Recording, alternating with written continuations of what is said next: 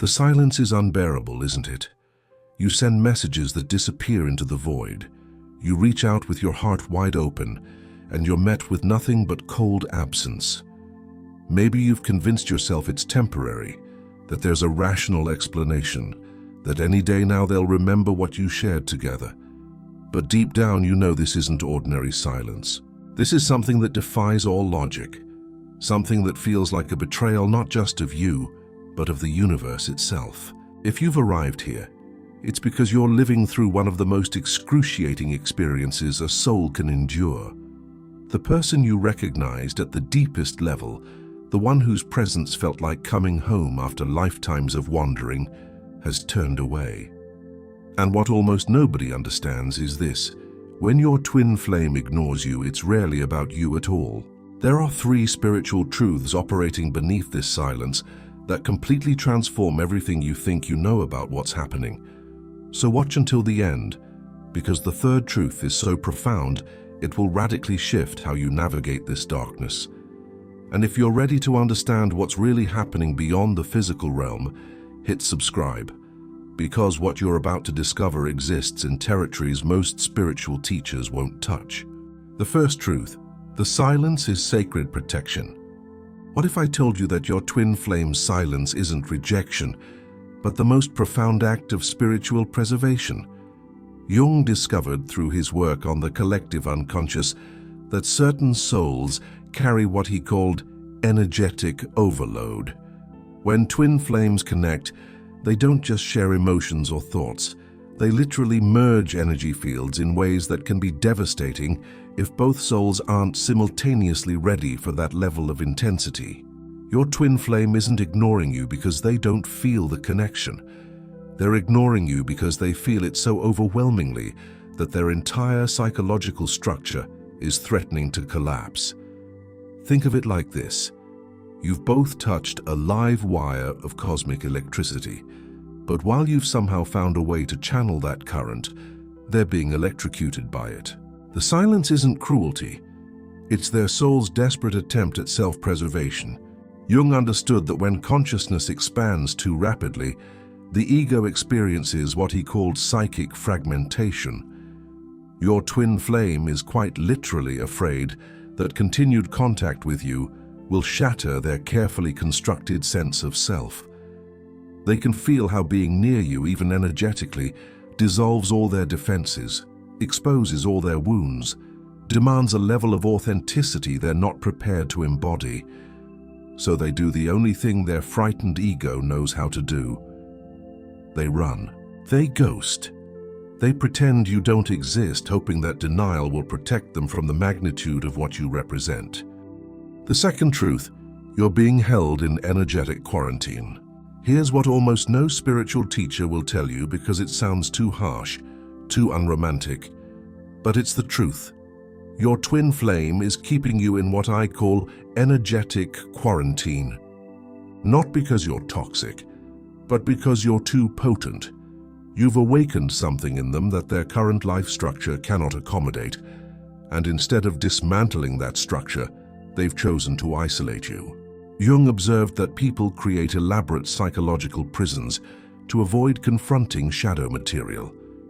Your twin flame has built their entire life around certain beliefs, certain relationships, certain identities, and you, simply by existing, by reminding them of who they really are beneath all those constructions, represent a threat to everything they've convinced themselves they need for survival. You're not being ignored because you don't matter. You're being ignored because you matter so profoundly that acknowledging you would require them to burn down their entire false life. This quarantine serves a specific function in the twin flame dynamic. It creates what Jung would call necessary tension. Your twin flame needs to feel the pain of their own choice, to live in the prison they've built, to experience the slow suffocation of denying their own soul's deepest recognition. This isn't punishment, it's pedagogy. The universe is teaching them through direct experience what happens when you choose fear over truth, comfort over growth, the familiar over the transcendent. During this quarantine period, something extraordinary is happening that you can't see. Your twin flame is being haunted by your absence in ways they'll never admit. Every moment of silence costs them spiritually. Every day they pretend you don't exist, they lose a little more access to their own authenticity. Jung understood this as the return of the repressed. What we deny doesn't disappear. It grows stronger in the darkness, demanding recognition in increasingly disruptive ways. The third truth: the silence is your invitation to sovereignty. This is the truth that changes everything. The silence isn't happening to you, it's happening for you.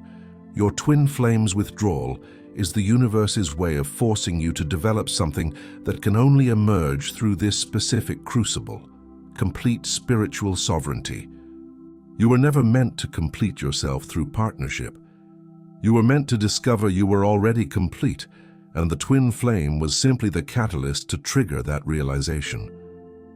Jung called this the individuated self, the person who has integrated all aspects of their psyche, who no longer needs external validation or completion, who has become whole not through union with another, but through radical acceptance of their own totality.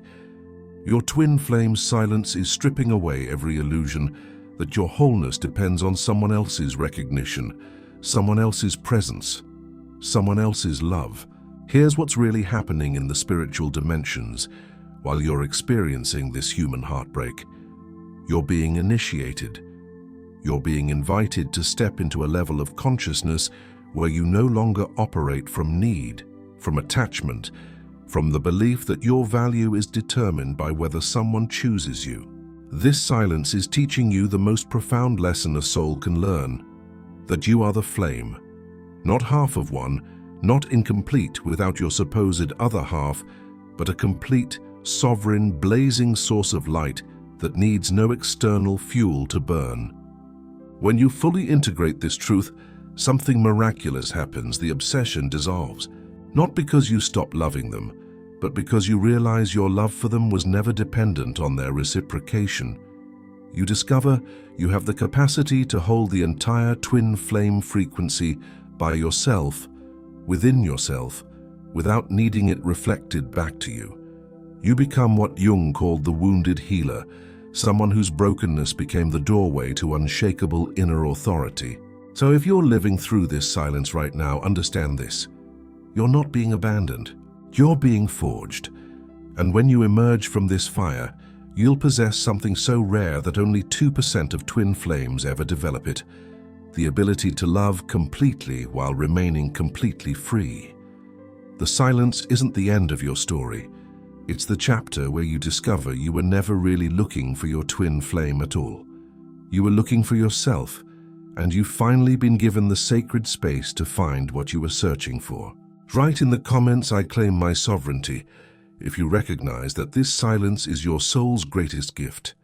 And remember, the flame that burns alone burns brightest of all.